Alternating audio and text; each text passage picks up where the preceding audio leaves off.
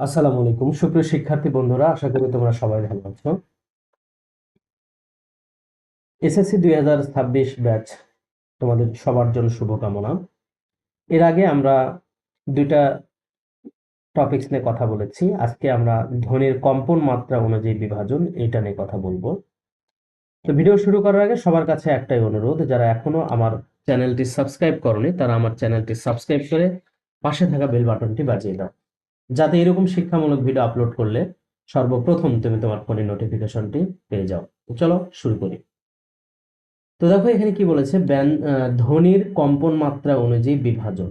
ধ্বনির কম্পন মাত্রা অনুযায়ী বিভাজন। ব্যঞ্জন ধ্বনি উচ্চারণের সময়ে স্বরযন্ত্রের ধ্বনি দ্বারে বায়ুর কম্পন কম বেশি হওয়ার ভিত্তিতে ব্যঞ্জন ধ্বনিকে দুই ভাগে ভাগ করা যায়। কয় ভাগে? দুই ভাগে ভাগ করা যায়। একটা হলো ঘোষ আর একটা কি অঘোষ। ঘোষ আর অঘোষ। প্রশ্ন হতে পারে যে কম্পন মাত্রা অনুযায়ী ধ্বনিকে কয় ভাগে ভাগ করা যায়? দুই ভাগে। কি কি? ঘোষ আর একটা কি অঘোষ। ওকে, তাহলে ঘোষ ব্যঞ্জন কাকে বলে দেখো। যেসব ব্যঞ্জন ধ্বনি উচ্চারণের সময় ধ্বনিদ্বারের কম্পন অপেক্ষাকৃত বেশি, সেসব ধ্বনিকে বলা হয় ঘোষ ধ্বনি। তাহলে কি বলছে? যেসব ধ্বনি উচ্চারণের সময় ধ্বনিদ্বারের কম্পন অপেক্ষাকৃত বেশি, ধ্বনিদ্বারের কম্পন অপেক্ষাকৃত বেশি তাকে কি বলা হয়? ঘোষ ধ্বনি। দেখো, ব, ভ, ম, দ, ভ, অর্থাৎ বর্গের ক থেকে ম পর্যন্ত যে 25টি, ক থেকে ম পর্যন্ত যে 25টি বর্ণ আছে, এই 25টি বর্ণের প্রথম বর্গের নাম অনুযায়ী এদের নামকরণ। ঠিক আছে না? এখন বর্গের দেখো তৃতীয়, বর্গের তৃতীয়, যেমন দেখো যে ক, এটা ক, খ, গ, ঘ, ও। ধরো এখানে 5টি বর্ণ আছে। এটা হলো ক বর্গীয় বর্ণ। কি বর্গীয় বর্ণ? ক বর্গীয়। এবং বর্গের তৃতীয়, চতুর্থ এবং পঞ্চম যে বর্ণগুলো আছে এদেরকে বলা হয় ঘোষ ব্যঞ্জন। এদেরকে কি বলা হয়? ঘোষ ব্যঞ্জন। ঠিক এরকম যেটা আছে চ এর, যেমন ক চ, তাই না? এরপর চ আছে চ ছ, তারপরে কি হবে? বর্গীয় জ, ঝ এও। ঠিক আছে? হ্যাঁ, এটা কি ইও। বুঝতে পারছো? আচ্ছা, তাহলে কি দাঁড়ালো যে বর্গের তৃতীয়, চতুর্থ এবং পঞ্চম ধ্বনিগুলো আমাদের ঘোষ ব্যঞ্জন। দেখো এখানে দেওয়া আছে ব, ভ, ম। তার মানে আমাদের প বর্গীয় যে বর্ণগুলো আছে, প ফ কিন্তু নাই। প ফ আমাদের, এই যে দেখো প ফ হলো অঘোষ। ক খ আমাদের কি বলতো? অঘোষ। বর্গের প্রথম এবং দ্বিতীয় ধ্বনি এদেরকে বলা হয় অঘোষ ধ্বনি, এবং তৃতীয়, চতুর্থ, পঞ্চম ধ্বনিগুলো কি? ঘোষ ব্যঞ্জন বা ঘোষ ধ্বনি। এরপরে আছে দ, ধ, দন্ত ন। ত থ কিন্তু আবার কি? ত থ আমাদের কি? অঘোষ ব্যঞ্জন। বুঝতে পারছো? এরপরে আছে র, ল, ড, ঢ। ঢয় শূন্য, ঢয় শূন্য, বর্গীয় জ, ঝ, গ, ঘ, ঙ, হ। এগুলো আমাদের ঘোষ ব্যঞ্জন। অঘোষ ব্যঞ্জন কোনগুলো? যে ব্যঞ্জন ধ্বনি উচ্চারণে ধ্বনি দ্বারা অপেক্ষাকৃত কম্পন কম হয়, সেগুলোকে কি বলা হয়? অঘোষ ধ্বনি। বর্গের প্রথম এবং দ্বিতীয়, বর্গের প্রথম এবং দ্বিতীয়, প ফ, ত থ, দন্ত স, ট ঠ, হ্যাঁ, ট ঠ, চ ছ, হ্যাঁ, ক খ, এগুলো কিন্তু আমাদের কি? এগুলো কি বলতো? অঘোষ ধ্বনি। শুধুমাত্র আমাদের এই যে এই দুইটা বর্ণ এখানে কিন্তু এক্সট্রা রয়েছে, তবু এদেরকে আমরা কি বলি? অঘোষ ব্যঞ্জন বলে থাকি। এগুলো হলো কি? অঘোষ ব্যঞ্জন। এগুলো কি? অঘোষ ব্যঞ্জন। ওকে, সরি।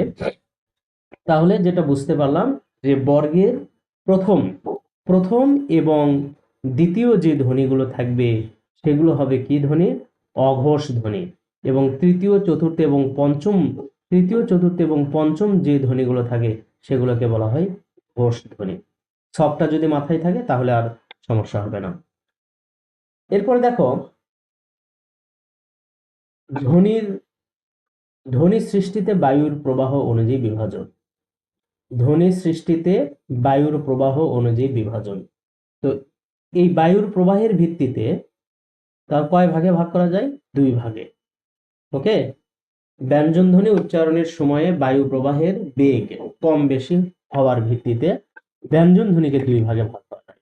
একটা হলো কি অল্প প্রাণ আর একটা কি মহাপ্রাণ। অল্প প্রাণ আর মহাপ্রাণ। অল্প প্রাণ কি? যেসব ব্যঞ্জন ধ্বনি উচ্চারণের সময় ফুসফুস থেকে নির্গত বায়ু প্রবাহের মাত্রা অপেক্ষাকৃত কম সেগুলোকে বলা হয় অল্প প্রাণ ধ্বনি। সেগুলোকে কি বলা হয়? অল্প প্রাণ ধ্বনি। যেমন হলো প, ব। অর্থাৎ দেখো এখানে আমরা এটা যদি লিখি তাহলে আমাদের কাছে এটা ক্লিয়ার হবে। ক, খ, গ, ঘ, ও। 5টি বর্ণ আছে না? আচ্ছা, অল্প প্রাণ কোনগুলো লক্ষ্য করো। যেসব ব্যঞ্জন ধ্বনি উচ্চারণের সময় ফুসফুস নির্গত বায়ু প্রবাহের মাত্রা অপেক্ষাকৃত কম সেগুলোকে বলা হয় অল্প প্রাণ ধ্বনি। আর বায়ু প্রবাহের মাত্রা ফুসফুস থেকে নির্গত বায়ু প্রবাহের মাত্রা অপেক্ষাকৃত বেশি সেগুলোকে বলা হয় মহাপ্রাণ ধ্বনি। আচ্ছা, এখন আমরা এটা বোঝার জন্য একটা ভাবে বুঝতে পারি, সেটা হলো যে আমরা আমাদের হাতটিকে সামনে মুখের সামনে নিয়ে উচ্চারণ করব। প, প উচ্চারণ করতে কিন্তু আমাদের হাতের সাথে মুখের যে একটা বায়ু, এই বায়ুটা কিন্তু বোঝা যায় না। কিন্তু যখন আমি ফ উচ্চারণ করব, ফ, ফ উচ্চারণ করে দেখো আমাদের মুখ থেকে যে বাতাসটা বের হয় এটা হাতে লেগে বোঝা যায়। এভাবে দেখো প, ফ, ব, ফ, ত, থ। এই যে আমরা ফ, ফ, থ, ধ, ঠ এগুলো যখন উচ্চারণ করি তখন ফুসফুস থেকে যে বাতাসটা বের হয়ে আসে এটা আমাদের হাতে লাগে। এবং এর লাগার একটাই কারণ, সেটা হলো এই বর্ণগুলো উচ্চারণ করতে গেলে আমাদের বাতাসটা কি হয়? বেশি লাগে। বায়ু প্রবাহের মাত্রাটা অপেক্ষাকৃত বেশি থাকে। এই জন্য এদেরকে বলা হয় মহাপ্রাণ। কিন্তু তুমি প, ব, ত, দ, দন্ত স, ট, ডয় শূন্য, ঢয় শূন্য, চ, বর্গীয় জ, তালব্য শ, ক, গ এগুলো উচ্চারণ করে দেখো এগুলো কিন্তু মুখ থেকে যে বাতাসটা বের হয়ে আসে এগুলো হাতে লাগে না। সুতরাং এগুলো হলো অল্প প্রাণ। মনে থাকবে? আচ্ছা, এখানে আরেকটা কথা তুমি মনে রাখতে পারো যে বর্গের আমাদের হলো কি প্রথম এবং প্রথম এবং তৃতীয় বর্ণগুলো, এই প্রথম এবং তৃতীয় বর্ণ হলো কি অল্প প্রাণ। প্রথম তৃতীয়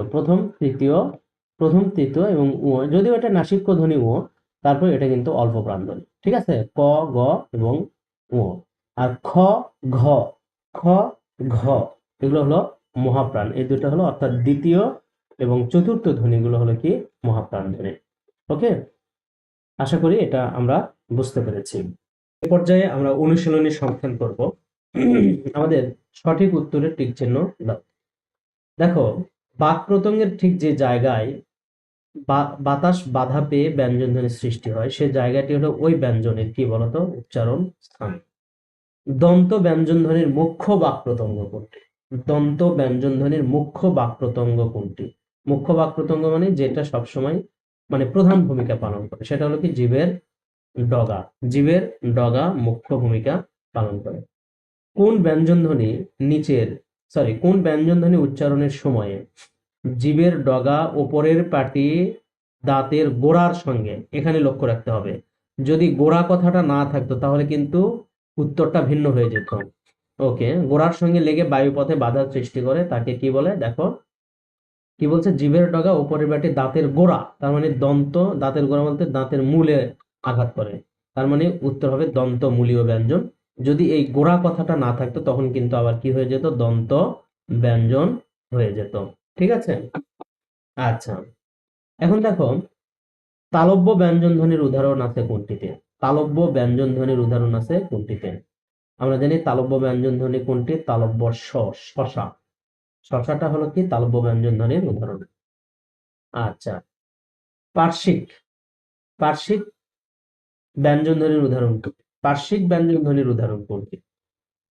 আমরা জানি পার্শ্বিক ধ্বনি কয়টি বলতো? একটি, সেটা কি? পার্শ্বিক ধ্বনির ল। কোনটি তাড়িত ব্যঞ্জনের উদাহরণ? তাড়িত ব্যঞ্জন হলো ডয় শূন্য র এবং ঢয় শূন্য র তাড়িত ব্যঞ্জন ধ্বনি। আচ্ছা, কোনগুলো ঘোষ ব্যঞ্জন? কোনগুলো ঘোষ ব্যঞ্জন? আমি তোমাদেরকে বলেছিলাম যে বর্গের প্রথম এবং দ্বিতীয় গুলো হলো অঘোষ, তৃতীয়, চতুর্থ এবং পঞ্চম বর্ণগুলো কি? পঞ্চম বর্ণগুলো কি? ঘোষ ব্যঞ্জন। সেই ক্ষেত্রে আমাদের কি হবে দেখো, ব, ভ, এটা হলো আমাদের কি? ঘোষ ব্যঞ্জন। আর এগুলো, এই দুটো হলো অঘোষ। অঘোষ, এটা আমাদের হলো কি? অঘোষ, এটা হলো ঘোষ। ঠিক আছে। ফুসফুস থেকে নির্গত বাতাস, ফুসফুস থেকে নির্গত বায়ু প্রবাহ কম থাকলে সেগুলোকে কি বলে? সেগুলো হলো অল্প প্রাণ। বাতাস যদি কম থাকে সেগুলো অল্প প্রাণ। কম্পিত ব্যঞ্জনের উদাহরণ কোনটি? চানাচুর। র। কম্পিত ব্যঞ্জন ধ্বনি কোনটি? র। উচ্চারণ স্থান অনুযায়ী তালব্যস্ব কেমন ধ্বনি? উচ্চারণ স্থান অনুযায়ী তালব্যস্ব তালব্য ধ্বনি।